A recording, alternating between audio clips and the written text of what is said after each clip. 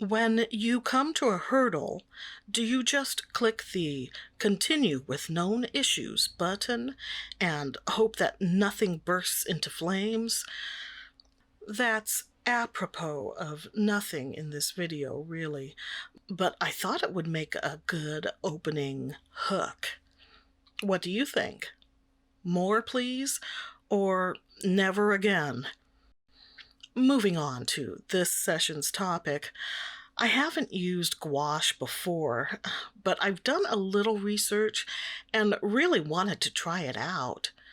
So I'll share some things picked up from other artists and also from experimenting with this set. Why did I choose Holbein's Artists Gouache for my first ever foray into this medium? Because it's been well reviewed in a number of YouTube videos, most notably, in my mind, by Steve Mitchell on the channel The Mind of Watercolor, and also because I have experience with Holbein's watercolors, which are high-quality paints. That's a 15 ml tube of M-gram watercolor, just to show the difference. I was actually eyeing their smaller 5-color set of gouache for about $20, but since we happened to have an Amazon gift card, we went ahead and got the 12-color set for, I think it was around $36. Yeah, it was a good deal, but maybe not a great one, and that's because of the amount of product you get in this set. Sure, a dozen tubes provides a nice range of colors, but these are 5 milliliter tubes. I have experience with that size, having purchased a few mini tubes of watercolor. Now, I've heard gouache described very simply as opaque watercolor, but I also understand that it is used in heavier applications and gets used up more quickly than watercolor. So I'm just wondering how long these little tubes are going to last. It seems like a lot of watercolorists also use gouache, and vice versa, even in the same painting. It makes sense. They're both water-based mediums after all, and it looks like you can use much of the same tools and supplies, such as papers and brushes. From what I've heard, many people prefer to use a brush that's a little on the firm side. So I turned to an older brush that I no longer use for watercolors, specifically a flat from Princeton's Real Value series. Yes, it's a watercolor brush, but it's one I won't mind getting a little beat up. Not that I'm expecting gouache to ruin my brushes, but I get the impression this medium is a little harder on them, especially when scrubbing at dried paints on the palette to reactivate them. The information on each color is written down there on the left side of the page. I had to put it together from the tubes themselves, but also from a color chart I'd found online. Holbein uses a 4-star rating for what they term permanency, which I take to cover light fastness.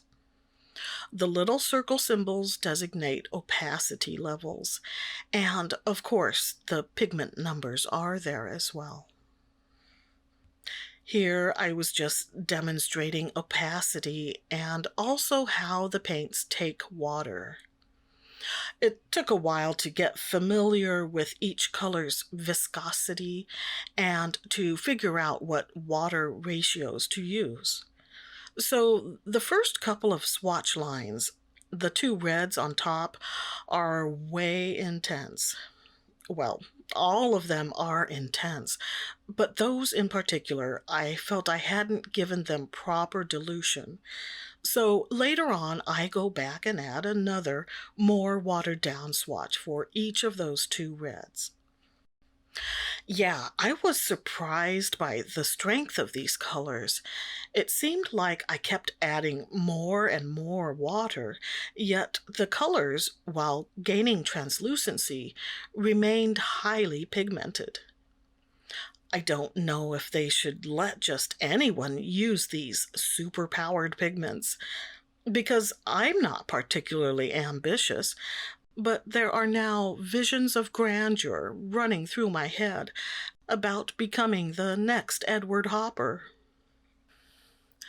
That's just cellulose paper, specifically Canson's Montval Cold Press Watercolor Sketchbook in the 5.5 by 8.5 inch size. It's not mine. Actually, it belongs to producer Mike, with his full knowledge and consent, of course. I don't go around filching other people's art supplies. Well, never say never, right? I mean, what if a scenario pops up where I have only an hour to produce a painting that will save the universe, and I have none of the supplies required? But I know someone who does, and I can't get a hold of them to ask for permission. Man, don't you just hate ethical dilemmas? The flatness of the colors took a little getting used to. They remind me of a fondant or French macarons. Yeah, the topic does eventually turn to food around here. Returning viewers have a leg up in that department. They can gird themselves for the inevitable sweet and salty flavor profile campaign. She's never going to make strawberry and sausage pie happen. When my nephew visited several months ago, he got us turned on to mochi donuts. What is that, you ask? Well, imagine a Japanese rice cake and an American donut got together and created a baby, and then you eat it. It's light and a little bit chewy, and the ones from the chain called Mochi Nut come in a variety of intriguing flavors such as yuzu, ube, churro, matcha, cheesecake, and so on. Anyway, looking at these swatches now makes me think of that box of colorful treats from Mochi Nut. And that's how you legitimize a random anecdote. I should probably touch at least a little bit on the subject of light fastness, because you might have noticed some of those 2 out of 4 stars permanency ratings and wondered if that's going to work for you. Unfortunately, I don't have any expertise to impart, but I will say the reviewers that I've seen weren't very concerned about it. And if Holbein Artists Gouache is good enough to be named second best on Steve Mitchell's list, between Winsor & Newton and Schminke, well, then it's likely good enough for me. Now, with gouache, dilution with water is only part of the story. Another part is mixing with white. In a bit, you'll see where I experimented with a few colors by adding white instead of water, and seeing how that changes the value while maintaining opacity. And that's as far as I took things in this first gouache session. Yeah, I could have done the whole color mixing chart thing, but I kind of want to let those mixing possibilities unfold organically as I go along. In fact, the next video will show my first attempt at a gouache painting. It was a simple piece, just to get my feet wet, but there was a lot of joy in creating it.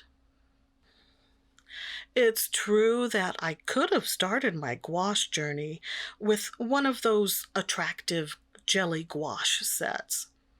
You know, the ones that look like little pudding cups.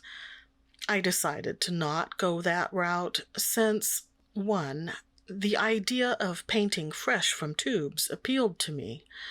Two, I wanted to at least partially curate my own color palette by building onto what I have, even if that meant beginning with fewer colors.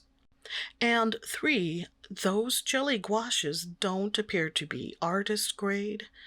Sure, you can get 24 colors for $30, but someone I know tried them and they regretted it. I did not want to buy a set only to replace it a few months later for an upgrade. That was my reasoning anyway. Let me know if you disagree. Maybe I'm missing an angle, like that time I opened a can of refrigerator cinnamon rolls, placed them neatly onto a baking sheet, spread the included icing on top, then popped them into the oven to bake. What did I miss? The part where you're supposed to add the icing after baking. Yeah, it was 20 years ago, but that sort of memory sticks with you. And not in a delicious, melty, sweet way, but rather in an inedible, hardened, scorched way. You might be thinking, but Irene, you had a lot of paint there. Wasn't that wasteful? Well, it could have been, yes, but I ended up using much of it on the next project. So, in actuality, no.